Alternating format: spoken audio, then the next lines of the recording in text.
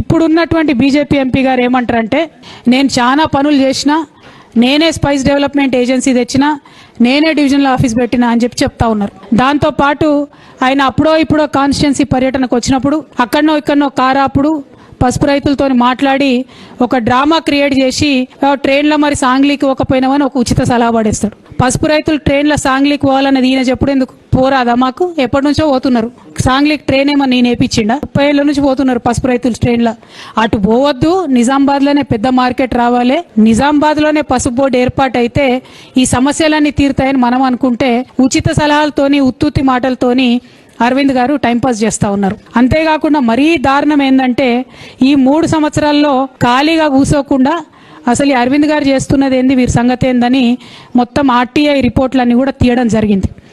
దాంట్లో మనకు తెలిసింది ఏంది అని అంటే, ఈ 2020-2021లో మొత్తం స్పైస్ బోర్డు అనేటటువంటి ఇది ఏదైతే స్పైస్ డెవలప్మెంట్ ఏజెన్సీ అని పెట్టిరో దాని ద్వారా మనకు వచ్చిన బడ్జెట్ ఎంత అంటే 1,18,00,000.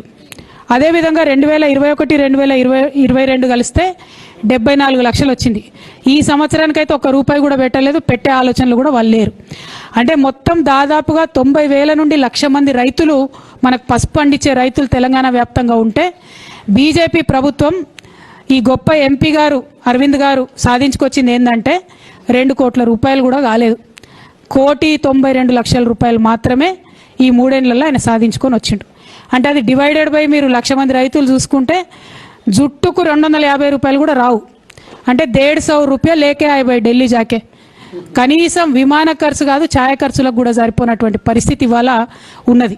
అంటే ప్రతి రైతుకి పసుపు రైతుకి మభ్యపెట్టి బాండ్ పేపర్ రాసిచ్చి మోసం చేయడం కాకుండా కనీసం ఆదుకున్నటువంటి పాపన పోతలేరు. అదే ఈ 5 ఏళ్లలో తెలంగాణ ప్రభుత్వం నుంచి 50,000 కోట్ల రూపాయలు రైతులకు మనం బదిలీ చేయడం జరిగింది. రైతు బంధు, రైతు బీమా ఇవాళ దేశంలో యావత్తు ప్రతి రాష్ట్రం నుంచి డిమాండ్ వస్తూ ఉన్నది. అంతెందుకు మన బండి సంజయ్ గారు ప్రజా సంగ్రామ యాత్ర అని ఆయన చేస్తూ ఉంటే రాయచూరు రైతులు వచ్చి ఆయననే అడిగినరు, ఇక్కడ ఉన్న కార్యక్రమాలు అక్కడ పెట్టించన్నా, అక్కడ మీ బీజేపీ ప్రభుత్వం ఉంది కదా అని. ఆయనకి ఏం చెప్పాలనో అర్థం కాక తోకముడిచి పోవాల్సినటువంటి పరిస్థితి. పేరుకే సంగ్రామ యాత్రలు, చేసేది ఏముండదు. నిజమైన సంరక్షణ తెలంగాణ ప్రజలకు చేసేది ఎప్పటికైనా గులాబీ పార్టీయే. కేసీఆర్ గారి నాయకత్వంలో ఉన్నటువంటి గులాబీ దండు అనేటటువంటి విషయాన్ని నిజామాబాద్ ప్రజలకు నేను విజ్ఞప్తి చేస్తా ఉన్నాను. ఇవన్నీ పదవిపెట్టమ్మా. మీ అయ్యా సిద్దిపేటలో ఎమ్మెల్యే ఉన్నప్పుడు ఏదైనా మీటింగ్ పెట్టాలంటే లారీలు ఆపుకున్నాడు. లారీలు ఆపుకొని లారీ డ్రైవర్ దగ్గర పైసలు వసూలు చేసి సిద్దిపేట ట్యాక్స్ వసూలు చేస్తుండే. మీకు కేఎస్టీ ట్యాక్స్ నీకు అలవాటు ఉన్నట్టమ్మా. మీ అయ్యా సిద్దిపేట కాడ ట్యాక్స్ అలవాటు లారీ డ్రైవర్ల దగ్గర తీసుకున్నాడు. అందులోకెళ్ళి మన జిల్లాకు సంబంధించిన ఒకడు ఎమ్మెల్యేలుగా కనబడతాడని దౌడ మీదకి వచ్చినాడు.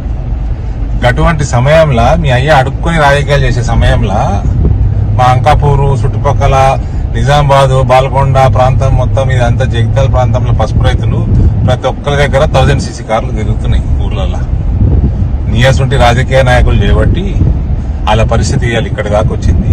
మీరు అడుక్కునేటోళ్ళు ఇలా అమెరికాలల్లా ఆస్తులు సంపాదించే కాడికి పోయిండ్రు. గది మీకు మాకున్న వ్యత్యాసం. నువ్వు ఈడ రాజకీయాలు వలసలకు రాజకీయాలు వచ్చినావు.